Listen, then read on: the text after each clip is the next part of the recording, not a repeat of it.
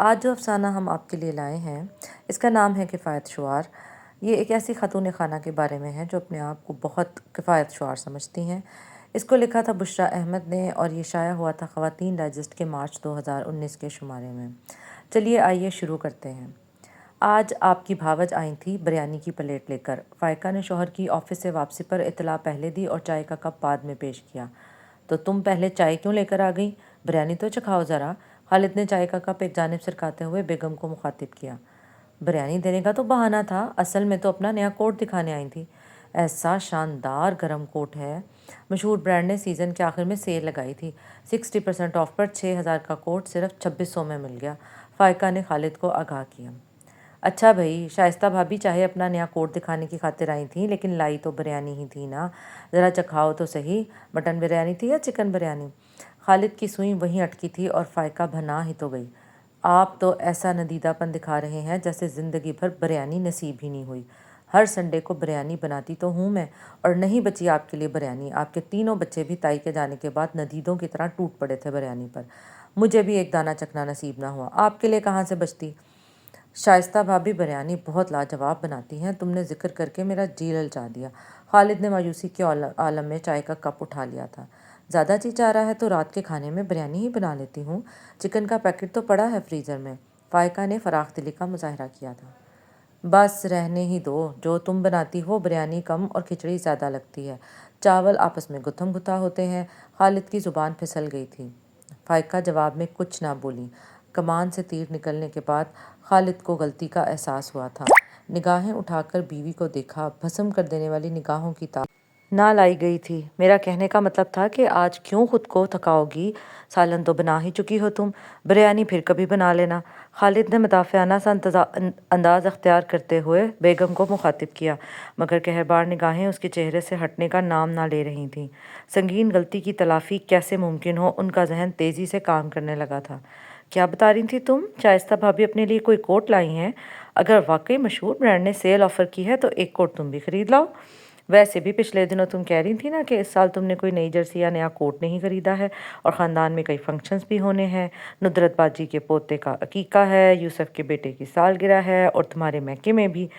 جی ہاں، میرے میکے میں بھی کئی فنکشنز ہیں، لیکن ہمارے نصیب شائستہ بھابی جیسے تھوڑے ہیں جنہیں شاپنگ کرنے کے لیے یہ نہیں دیکھنا پڑتا کہ مہینے کی ابتدائی تاریخیں ہیں یا آخر کی، ہمیں تو حساب کتاب سے چلنا پڑتا ہے۔ فائقہ نے یکبستہ سانس بھر کر کہا تھا، اور چونکہ گفتگو کا رخ اب پھر شائستہ بھابی کی طرف مڑ گیا تھا، خالد کو خطرہ پیدا ہوا کہ شائستہ بھابی کی لاجواب بریانی کی نادانستہ تعریف نقص امن کا خدشہ نہ پیدا کرتے۔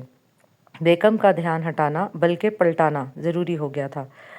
اب ہمارے حالات بھی ایسے گئے گزرے تو نہیں بیگم، مہینے کا آخر چل رہا ہے تو کیا ہوا، میں تمہیں 2500-3000 تو دے ہی سکتا ہوں، کوئی اچھا سا گرم کوٹ اپنے لیے بھی خرید لاؤ۔ گھریلو سکون کی خاطر خالد صاحب نے حاتم تائی کی قبر پر لات مارنا ہی مناسب سمجھا تھا۔ حسب توقع بیگم کے چہرے کی قہرباری یک لخت رخصت ہوئی۔ مذاق کر رہے ہیں نا آپ؟ آنکھیں سکیڑ کر بے یقینی سے پوچھا۔ مذاق تم سمجھتی کب ہو؟ مذاق میں شائستہ بھابی کی بریانی کی تعریف کی اور تمہارا موڈ اس بری طرح آف ہو گیا۔ ارے گولی ماری ہے شائستہ بھابی کی بریانی کو، آپ کہہ رہے تھے 2500-3000 دینے کی، تو دیجیے پھر۔ فائقہ نے پیشکش سے فوری فائدہ اٹھانا چاہا۔ کل دے دوں گا نا، ایسی بھی کیا بے اعتباری، خالد جزبز ہوتے ہوئے بولے تھے۔ مہینے کا واقعی آخر چل رہا تھا، بٹوے میں گنے چنے چند نوٹ ہی رہ گئے تھے، لیکن مقابل بیگم تھیں جو وعدہ فروا ہونے پر خاص یقین نہ رکھتی تھیں۔ بروقت اصولی ان کا شعار تھی، اب بھی وہ پیسے لے کر ہی ٹلی تھیں۔ شائستہ بھابی کو اپنے ساتھ لے جانا، ان کی چوائس اچھی ہے، تم خود پتہ نہیں کیا اٹھا کر لے آؤ۔ خالد خود کو کہنے سے باز نہ رکھ پائے تھے۔ فائقہ سنی انسنی کرتے ہوئے چلی گئیں۔ ان کا دماغ خراب تھا جو وہ شائستہ بھابی کو ساتھ لے کر جاتیں۔ شائستہ بھابی تو اول درجے کی فضول خرچ خاتون تھیں، محض برانڈ کا نام دیکھ کر ہزاروں روپے لٹا آتی تھیں، جبکہ لنڈے بازار سے ایسے بہترے کوٹ مل جانے تھے، بس چھانٹنے کا فن آنا چاہیے، اور فائقہ خود کو اس فن میں طاق سمجھتی تھیں۔ اگلے دن جب بچے اسکول سے لوٹے تو انہوں نے سب سے بڑے بیٹے حارث کو ساتھ چلنے پر راضی کیا۔ شاپنگ پر جا رہی ہوں، چلو گی نا میرے ساتھ؟ واپسی پر زنگر کھلائیں گی تو چل پڑوں گا۔ 12 سالہ حارث بھی انہی کا بیٹا تھا۔ ساتھ جانے کی مشروط آمادگی دی تھی، مسئلہ یہ تھا کہ وہ لنڈا بازار کسی پڑوسن یا رشتہ دار کے ساتھ نہ جا سکتی تھیں، پھر وہاں کی خریداری کو برانڈڈ خریداری کیسے قرار دیتی؟ سو بیٹے کا مطالبہ تسلیم کرنا پڑا۔ دونوں چھوٹے بیٹوں کو قریب ہی رہنے والی شائستہ بھابھی کے گھر روانہ کیا۔ خالد کو فون کر دیا کہ آفس سے واپسی پر بچوں کو ساتھ لے کر گھر آ جائیں۔ پھر مین روڈ پر آ کر رکشہ پکڑا تھا۔ کمبخت نے 250 مانگے اور بہت بحث کے بعد 220 پر راضی ہوا۔ آپ لنڈا بازار جا رہی ہیں، مجھے پہلے کیوں نہ بتایا؟ رکشے والے سے کی جانے والی گفتگو حارث کے کانوں میں بھی پڑ گئی تھی۔ اب اس کے اینٹھنے کی باری تھی۔ سارا راستہ وہ منہ بنائے بیٹھا رہا۔ نخرے تو دیکھو لاٹ صاحب کے۔ فائقہ کو بیٹے کے نخرے پر تاؤ چڑھتا رہا۔ لنڈا بازار کی رونق اور گہما گہمی عروج پر تھی۔ فائقہ بیٹے کا ہاتھ پکڑے رش میں سے جگہ بناتی ڈھنگ کے آئٹم ڈھونڈنے لگی۔ سب سے پہلے بچوں کے جاگرز نے توجہ کھینچی۔ نئے نکوڑ سے جاگرز جو کسی مشہور کمپنی کے خریدے جائیں تو 2200 سے کم کسی طور نہ ملتے۔ فہد اور سعد کے لیے لے لیتی ہوں، کیسے شاندار جوتے ہیں، کوئی سوچ بھی نہ سکے گا کہ لنڈے سے لیے ہیں۔ فائقہ نے فوری فیصلہ کیا تھا۔ دونوں بھائیوں کے سائز کا جوتا آسانی سے مل گیا تھا۔ دکاندار نے البتہ منہ پھاڑ کر ایک جوڑے کی قیمت ہی 500 لگائی تھی۔ امپورٹڈ جوتا ہے باجی، کوالٹی دیکھیں ذرا، پھر بالکل نیا نکور ہے۔ مارکیٹ میں اس طرح کا جوتا 2800 سے کم کا نہیں ملے گا۔ آپ کی مرضی ہے، لینا ہے تو لیں ورنہ گاہک بہت۔ دکاندار بے نیازی سے بولا تھا۔ 2 جوڑے لوں گی اور 600 سے 1 روپیہ فالتو نہ دوں گی، وہ ڈپٹ کر بولی تھی۔ آخر فائنل سودا 700 میں ہوا۔ اگلی نگاہ لیڈیز کوٹ شوز پر پڑی، اور بالکل ایسا ہی جوتا تو پچھلے مہینے ان کے دل کو بھایا تھا۔ اپنی چھوٹی بہن کے ساتھ جب وہ شاپنگ کرنے گئی تھیں تو اس نے بالکل ایسا ہی جوتا 3600 کا خریدا تھا۔ وہ ملازمت پیشہ تھی، اپنے لیے اتنی مہنگی شاپنگ دھڑلے سے کر سکتی تھی۔ اس برانڈڈ شوز سے ملتے جلتے ڈیزائن والا یہ کوٹ شوز صرف 700 میں مل رہا تھا۔ فائقہ نے بھاؤ تاؤ کرنے کی بہت کوشش کی، لیکن اس بار دکاندار ٹس سے مس نہ ہوا۔ آپ کے سامنے کی بات ہے باجی، ابھی اینک والی باجی ایسا ہی جوتا 800 میں لے کر گئی ہیں، میں پھر آپ کو رعایت دے رہا ہوں۔ دکاندار کا انداز حتمی تھا۔ آخر فائقہ نے 700 میں ہی جوتا خرید لیا تھا۔ اگلے مرحلے پر ایک ہینڈ بیگ جی کو بھا گیا تھا۔ لیدر بیگ کی قیمت صرف 300 روپے نہایت ہی مناسب تھی۔ ایک اور لڑکی بھی وہ ہینڈ بیگ الٹ پلٹ کر دیکھنے لگی تو فائقہ نے بحث میں پڑنے کی بجائے فوراً ہی وہ بیگ خرید لیا تھا۔ حارث اب بیزار ہونے لگا تھا۔ اتنی دیر ہو رہی ہے مما، آپ نے اتنی دکانیں گھوم لی، کچھ نہ بھی خریدنا ہو آپ تب بھی چیزیں الٹ پلٹ کر دیکھنے لگ جاتی ہیں۔ اب بس بھی کریں، وہ اکتا کر بولا۔ شاپنگ ایسے ہی ہوتی ہے بے وقوف، انہوں نے بیٹے کو ڈپٹا۔ وہ بیزار شکل بنائے کھڑا رہا۔ اچھا یہ جیکٹ چیک کرو، تمہارے سائز کی ہے نا؟ اس نے بیٹے کو گھورنے کے بعد جیکٹ اس کی جانب بڑھائی۔ مما میں لنڈے کی چیزیں بغیر دھلے نہیں پہنتا، اس نے ناک چڑھا کر کہا۔ فائقہ نے مزید تیوریاں چڑھائیں تو حارث نے بعد ناخواستہ جیکٹ پہنی اور پہنتے کے ساتھ ہی اتار بھی دی۔ صحیح طرح تو دیکھنے دیتے، میں سائز تو چیک کر لیتی۔ ایک دم فٹ ہے باجی، ایسی جیکٹ آپ کو اور کہاں ملے گی؟ دکاندار نے اسے مخاطب کیا۔ ساتھ والی دکان پر، حارث بڑبڑایا تھا۔ فائقہ نے بیٹے کو گھورا، پھر دکاندار سے بھاؤ تاؤ کرنے لگی۔ 250 پر سودا طے ہوا۔ ابھی لیڈیز کوٹ کی خریداری کا مرحلہ باقی تھا۔ بہت ڈھونڈنے کے باوجود اسے اپنے ناپ کا کوٹ نہیں ملا تھا۔ چل چل کر ٹانگیں بھی شل ہو چکی تھیں اور اوپر سے حارث نے تھک گیا ہوں ماما کا راگ الاپنا شروع کر دیا تھا۔ میری توبہ جو میں آئندہ تمہیں ساتھ لائی، انہوں نے بیٹے کو خفگی بھرے انداز میں مخاطب کیا۔ 2-4 دکانیں مزید کنگھالنے کے بعد اپنے لیے ایک جرسی خرید لی۔ 400 روپے دکاندار کو دینے کے بعد پرس میں جھانکا۔ خالد کے دیے گئے 3000 میں سے 400 کچھ روپے پڑے تھے۔ مزید خریداری کا ارادہ موقوف کرتے ہوئے اب واپسی کی ہی ٹھانی۔ واپسی پر رکشے کا کرایہ 250 بنا تھا۔ میرے زنگر برگر کے تو پیسے ہیں، گلی کے نکڑ پر پہنچ کر حارث نے ماں کو یاد دلایا۔ کوئی زنگر ونگر نہیں، تم اکیلے کھاؤ گے اور چھوٹے دونوں منہ دیکھیں گے۔ انڈے شامی کباب والے 5 سادہ برگر لے آؤ، مجھ میں رات کا کھانا بنانے کی ہمت نہیں، برگر کھا کر ہی گزارا کر لیں گے۔ پرس کے خفیہ خانے میں سے 500 کا نوٹ نکالا۔ یہ روزمرہ کے اخراجات میں سے ہیرا پھیری کر کے بچنے والی ذاتی بچت تھی۔ آج یہ خفیہ خانہ کھولنے کی بھی نوبت آ گئی تھی، لیکن مجبوری تھی، تھکن سے واقعی برا حال تھا۔ حارث نے منہ بناتے ہوئے نوٹ پکڑا تھا۔ جو پیسے بچیں وہ مجھے یاد سے دینا، کبھی بھول جاؤ، اسے تلقین بھی کی۔ کتنے پیسے بچیں گے؟ اور میں بھول بھی جاؤں تو آپ بھولیں گی کیا؟ حارث بڑبڑاتا ہوا چلا گیا۔ بہت بدتمیز ہو گیا ہے۔ فائقہ شاپنگ بیگ سنبھالتی ہاپتی کاپتی گھر کی طرف چل پڑی تھی۔ اگلے ہی ہفتے اس کے دیور یوسف کے بیٹے کی سالگرہ تھی۔ پہلوٹی کا بیٹا تھا اور یوسف اور شگفتہ کی شادی کے 4 برس بعد پیدا ہوا تھا۔ پیدائش کے ہفتے بعد دھوم دھام سے عقیقہ ہو چکا تھا اور اب اس سے بھی زیادہ دھوم دھام سے اس کی پہلی سالگرہ منائی جا رہی تھی۔ خاندان بھر کو مدعو کیا گیا تھا، سب ہی ان کی خوشی میں خوش دلی سے شریک ہو رہے تھے۔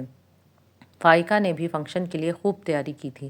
کل رات کو گھر پر ہی اپنا فیشل کیا تھا۔ اب وہ شائستہ بھابی کی طرح فضول خرچ تو تھی نہیں جو ہزاروں روپے پارلر جا کر پھونک آتی۔ نگہت نے بیوٹیشین کا کورس کر رکھا تھا، اسی کے مشورے سے سامان خرید کر وہ فیشل خود ہی کر لیتی تھیں۔ اس مہنگائی کے دور میں ان جیسا کفایت شعار کوئی اور ہو سکتا تھا بھلا؟ خالد بھی چہرے کی چمک کی تعریف کر دیتے تو گویا محنت وصول ہو جاتی۔ فنکشن پر جانے کے لیے تیار ہونے لگیں تو حسب معمول دیر پر دیر ہوتی گئی۔ خالد عادت کے مطابق خفا ہونے لگے تھے۔ دیر ہو رہی ہے فائقہ بیگم، یوسف کے گھر سب پہنچ چکے ہیں، صرف ہمارا ہی انتظار ہو رہا ہے۔ 2 بار فون آ چکا ہے یوسف کا۔ اچھا بھئی، ہم بھی نکل رہے ہیں، میں تیار ہوں، فائقہ نے اعلان کیا۔ مما میرے جوگرز تو بہت چھوٹے ہیں، سعد نے عین وقت پر دہائی دی۔ میرے والے بھی، فہد بھی جوتے پاؤں گھسانے کی کوشش میں ناکامی کے بعد بول اٹھا۔ یہ وہ جوگرز تھے جو وہ پچھلے ہفتے خرید کر لائی تھیں۔ میں جب خرید کر لائی تھی تب تمہیں کہا تھا پہن کر دیکھو، کیوں پہن کر نہ دیکھے؟ وہ غرائیں۔ مما میں بھی یہ جیکٹ نہیں پہن رہا، اس کی آستینیں چھوٹی ہیں۔ حارث نے جیکٹ اتار کر صوفے پر پھینکی۔ فائقہ نے کھا جانے والی نگاہوں سے حارث کو دیکھا۔ کیسی ماں ہو تم؟ تمہیں بچوں کے سائز کا اندازہ نہیں؟ اور کم از کم جوتے خریدتے وقت تو بچوں کو ساتھ لے جانا چاہیے تھا نا؟ خالد خفا ہوئے۔ پرانے والے جوتے پہن لو فہد، سعد اور حارث، نخرے مت کرو، آستینیں چھوٹی نہیں ہیں، پہنو یہی جیکٹ۔ تینوں بچوں کو مخاطب کیا، پھر اپنے کوٹ شوز پہننے لگیں۔ تمہارا دماغ درست ہے فائقہ، اتنی ہائی ہیل والا جوتا پہنو گی؟ 3ری منزل پر گھر ہے یوسف کا، سیڑھیاں چڑھتے ہوئے موچ آ جائے گی، اتنا وزن بڑھ رہا ہے تمہارا، میں کیسے سہارا دے پاؤں گا؟ خالد نے مخاطب کیا۔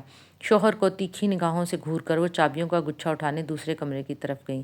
کیسی کالی زبان ہے آپ کی، میرا پاؤں مڑ گیا ہے، دوسرے کمرے سے چیخ نما آواز آئی۔ مما جب بھی آپ ہائی ہیل پہنتی ہیں آپ کا پاؤں مڑ جاتا ہے، قصور پاپا کی زبان کا نکل آتا ہے۔ حارث کہے بغیر رہ نہ پایا۔ خالد نے بہت مشکل سے ہنسی ضبط کی۔ فائقہ کراہتی ہوئی آئی تھیں۔ پہلے حارث کو ایک جھانپڑ رسید کیا، وہ ڈھیٹ ہنستا ہی رہا۔